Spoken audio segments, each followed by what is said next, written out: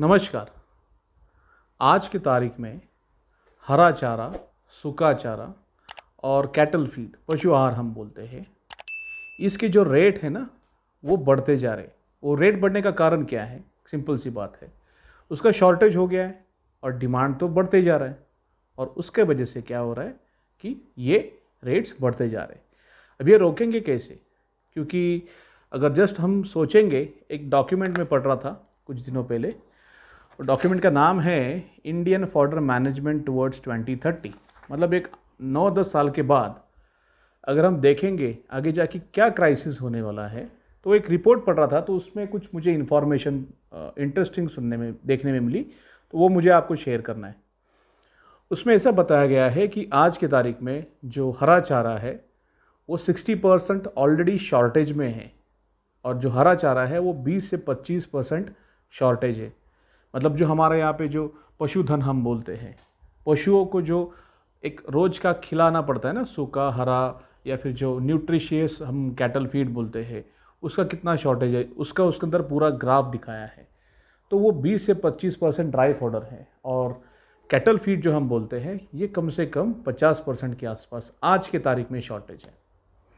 तो अगर आज की तारीख में इतना शॉर्टेज है और रेट बढ़ते जा रहा है, तो जस्ट आप इमेजिन करिए कि हम कितने बड़े क्राइसिस में ऑलरेडी आ चुके हैं। ऐसी बात नहीं है कि 5-10 साल के बाद हमें देखना है, हम ऑलरेडी प्रॉब्लम में है क्योंकि शॉर्टेज आ चुका है, रेट्स बढ़ते जा रहे हैं।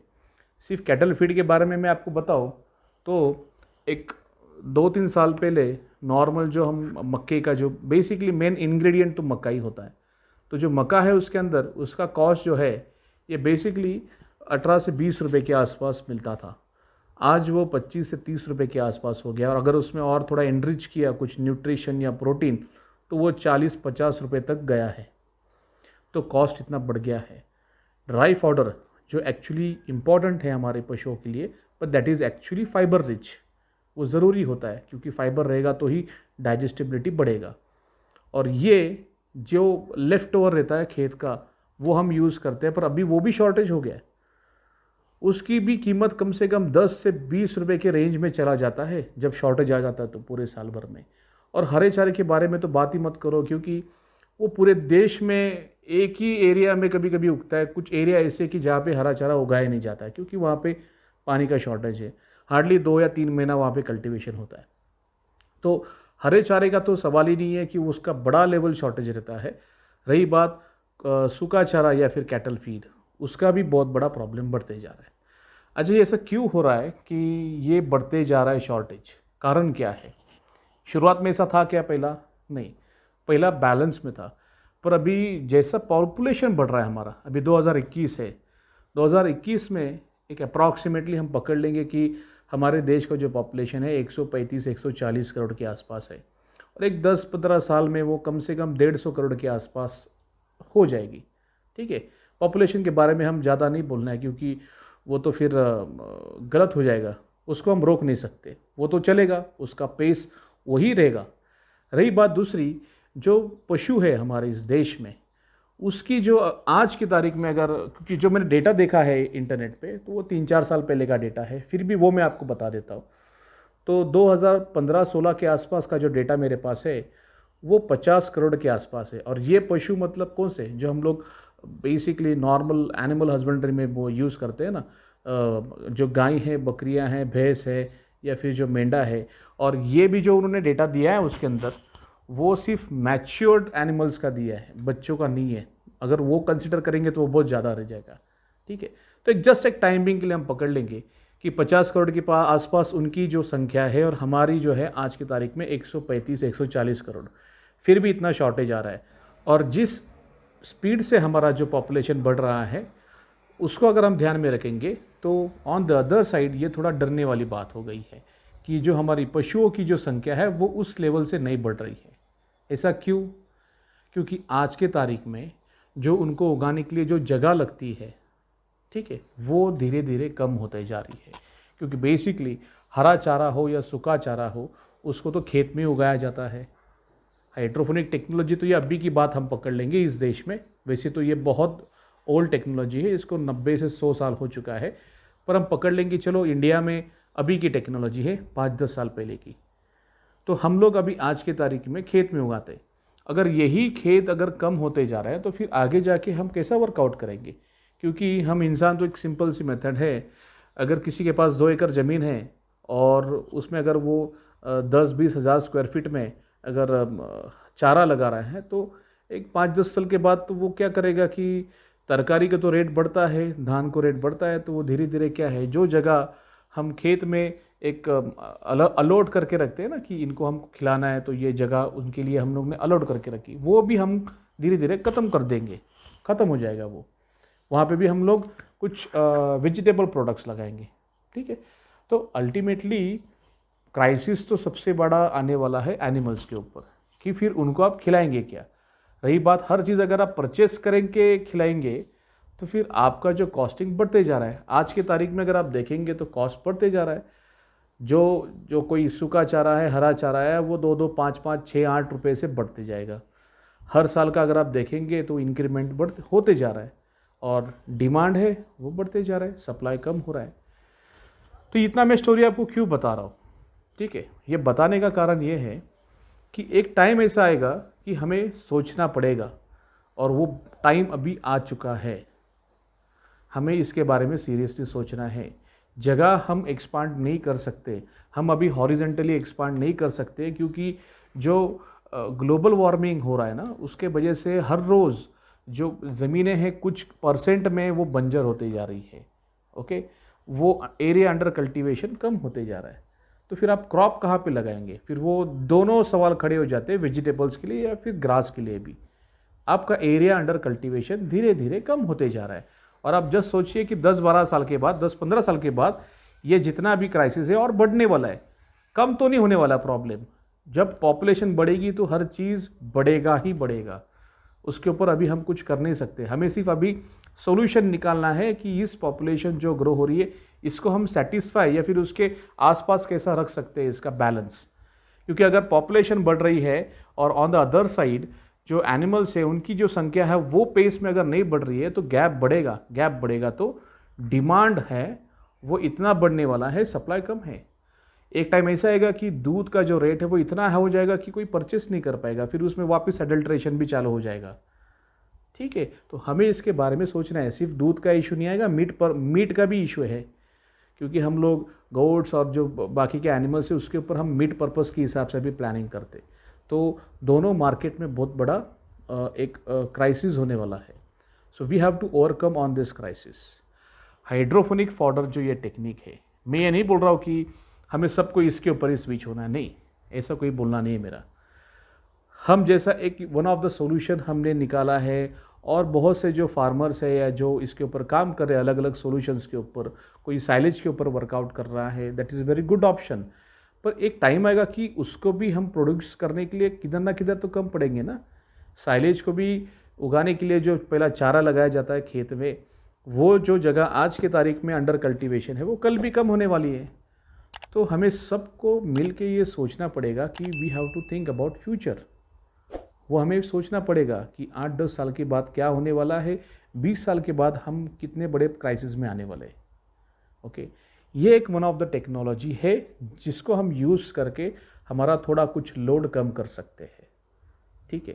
क्योंकि मेन बेसिकली बाकी तो बहुत से पैरामीटर्स है, उसके ऊपर मैं वीडियो बनाऊंगा, पर सबसे मेजर प्रॉब्लम हमें आगे जाके क्या होने वाला है because of this global warming, ये कि हमारी जो जगह है अंडर कल्टीवेशन वो कम हो रही है, और जो पानी का शॉर्टेज है ना वो बहुत बड़े लेवल पे बढ़ने वाला है। अगर ये दो चीज़ ही कम हो गई तो आगे जाके हम ये जो चारा कैसा उगाएंगे। और ये मैं आपको बताना चाहता हूँ कि इस इंडस्ट्री में जो काम कर रहे हैं ऑलरेडी और आगे जो आने वाले हैं इस इंडस्ट्री में, उनको ये प्रॉब्लम तो आने वाला ही है ना, जगह का और पानी का, ठीक है। जगह का जो कॉस्ट है वो बढ़ते जा रहा है धीरे धीरे, ओके। कम तो किधर भी नहीं हो रहा है। पानी का तो कॉस्ट अभी वो छोड़ दीजिए, एक टाइम ऐसा आएगा कि पानी ही नहीं मिलेगा। कुछ एरिया ऐसे है कि जहाँ पे बारिश ही नहीं होती है, हर चीज़ आप पानी परचेस करके वर्कआउट नहीं कर सकते, ओके। डेजर्ट होने के लेवल पे धीरे धीरे अगर हम कुछ नहीं करेंगे तो ये प्रॉब्लम आने वाला है। हम उसके ऊपर तो बात नहीं करना चाहते, पर हम इतना तो बोलेंगे कि how we can overcome this problem, okay. So to overcome this problem, this is one of the option, we can switch on this option. Okay, तो हाइड्रोफोनिक फॉडर, अब ये हाइड्रोफोनिक फॉडर है क्या? ये बेसिकली अंकुरित चारा बोलते हैं, मैं इसको स्प्राउट फॉडर भी बोलता हूँ। जब हम स्प्राउट या अंकुरित ये वर्ड यूज़ करेंगे तो फिर कुछ लोगों को ये बहुत आसान होता है समझने के लिए। हाइड्रोफोनिक ये वर्ड कभी कभी डिफ़िकल्ट हो जाता है प्रोनाउंस करने के लिए या फिर ध्यान में रखने के लिए, पर जैसा इसका एक पहचान है इसलिए हम इसको बेसिकली ये वर्ड यूज़ करते हैं हाइड्रोफोनिक, क्योंकि ये एक टेक्नोलॉजी है वाटर बेस जिसको हम उगाते हैं। मैंने कुछ वीडियोस में आपको बताया भी होगा कि वर्टिकल फार्मिंग ये अपकमिंग नेक्स्ट फ्यूचर है हमारा, हमें वर्टिकल फार्मिंग में स्विच होना पड़ेगा। तो ये भी एक one of the vertical farming का ही कॉन्सेप्ट है। आप मेरे पीछे देख सकते हैं, ये वर्टिकल फार्मिंग है, हम इसको शेल्फ बनाते हैं और उसके ऊपर चारा उगाते हैं। अभी हमें वर्टिकली ऊपर किस तरफ ग्रो होना है, अभी हॉरिजॉन्टली हम ग्रो नहीं हो सकते। एक बात मैं ये भी बताना चाहता हूँ, कुछ लोग जिनके पास ऑलरेडी बहुत ज़मीन है 10, 15, 20 एकड़, 50 एकड़, उनको भी मैं ये बताना चाहता हूँ कि it is also alarming for you also, because in 15-20 years आपके पास जो जितनी ज़मीन है वो ज़मीन उतनी नहीं रहने वाली है, ठीक है। क्योंकि जैसे पॉपुलेशन बढ़ती है तो बंटवारे हो गए तो उस ज़मीन के भी टुकड़े हो गए, ज़मीन के टुकड़े हो गए तो कुछ एरिया अंडर कल्टीवेशन रहेगा, कुछ इंडस्ट्रियलाइज भी हो सकता है, कोई इंडस्ट्री करेगा, कोई एनए प्लॉट करेगा। तो बाय दिस और दैट वे नुकसान तो हो रहा है, अंडर कल्टीवेशन नहीं आएगा area. That is a big problem we are going to face. Okay, so it's a very big challenge. और ये जब मैं बात करता हूँ इंडिया का, तो मुझे सुनने वाले सिर्फ इंडिया में नहीं है, इंडिया के आजू बाजू में कंट्रीज़ में, दुनिया में बहुत सी जगह जहाँ पे लोग हिंदी में समझ सकते हैं, उनके कंट्री में भी यही प्रॉब्लम है। कुछ जो यूएई के साइड में है, सऊदी के साइड में, वहाँ पे तो ऑप्शन ही नहीं है उगाने का, वहाँ के लोग तो बहुत सीरियसली इसको ले रहे हैं। पर बात हुई है हमारी, जब हम इंडिया के बारे में स्पेसिफिक जब बात करते हैं, तो अभी भी यहाँ पे कुछ लोगों को ऐसा लग रहा है कि क्राइसिस नहीं आया है। हम लोग कैसे एकदम लास्ट मोमेंट में भागते हैं ना, अलार्म बजने के बाद हम भागेंगे।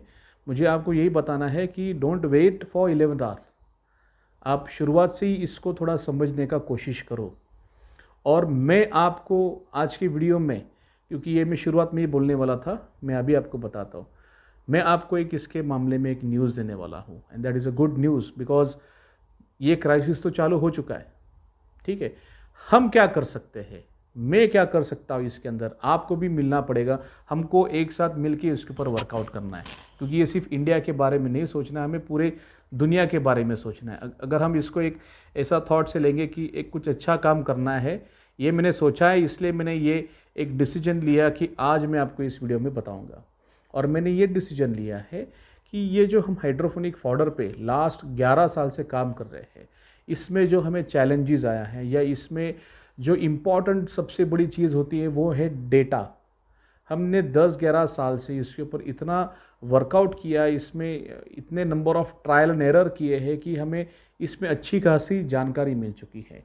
और आज के तारीख में बहुत से लोग इसमें प्रैक्टिस कर रहे हैं, पर उनको फेलियर रेट आ रहा है। थोड़ा इंडिया में प्रॉब्लम ऐसा भी हो चुका है कि इंडिया में बहुत से लोगों ने इसका प्रैक्टिस चालू किया कुछ 1-2 वीडियो देख के, और उनकी बहुत गड़बड़ हो चुकी है, नुकसान हो चुका है। बहुत से लोगों को ये कॉन्सेप्ट समझ में नहीं आया है।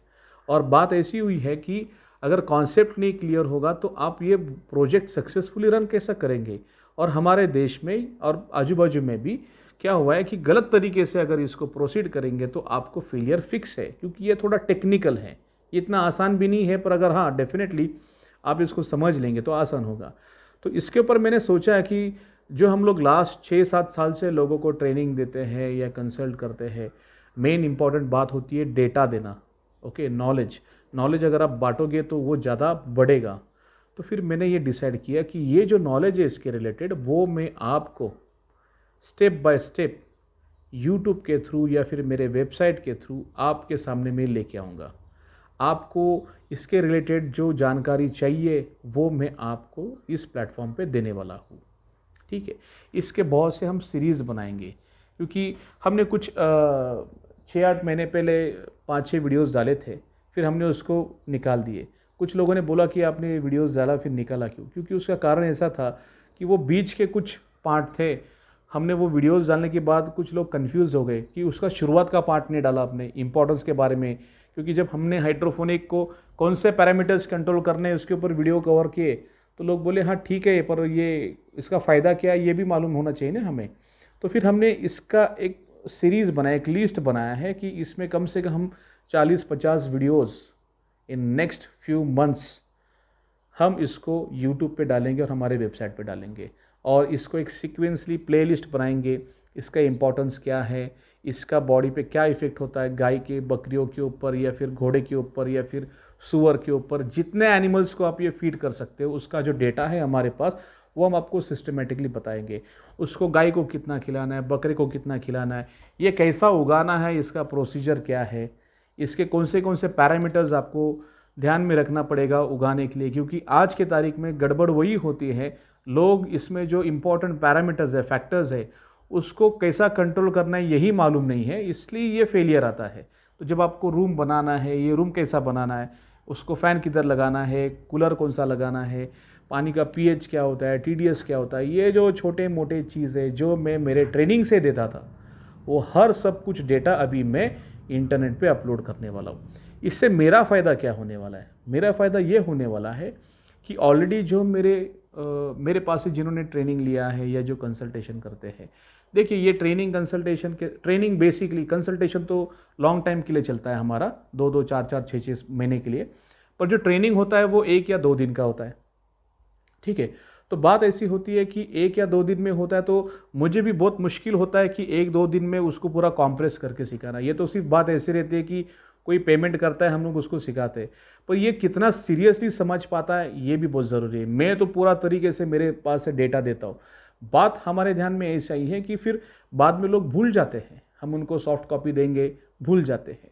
ये रिकॉर्डेड वीडियो जब यूट्यूब पे आएगी ना, तो वो उनके लिए ज़्यादा हेल्पफुल रहेगा, क्योंकि उन्होंने ऑलरेडी ट्रेनिंग ले चुके हैं, ठीक है। जिन लोगों ने कंसल्टेशन भी लिया है उनको ये वीडियोस भी बहुत फ़ायदे करेंगे। तो वो मेरा फ़ायदा रहेगा कि जो मेरे ऑलरेडी एग्जिस्टिंग जो मेरे क्लाइंट्स हैं उनको ज़्यादा फ़ायदा होने वाला, और जो डेफिनेटली जो मेरे व्यूअर्स है यूट्यूब पे या फिर जो मेरे वेबसाइट के, उनको भी मैंने वही सेम डेटा देना है।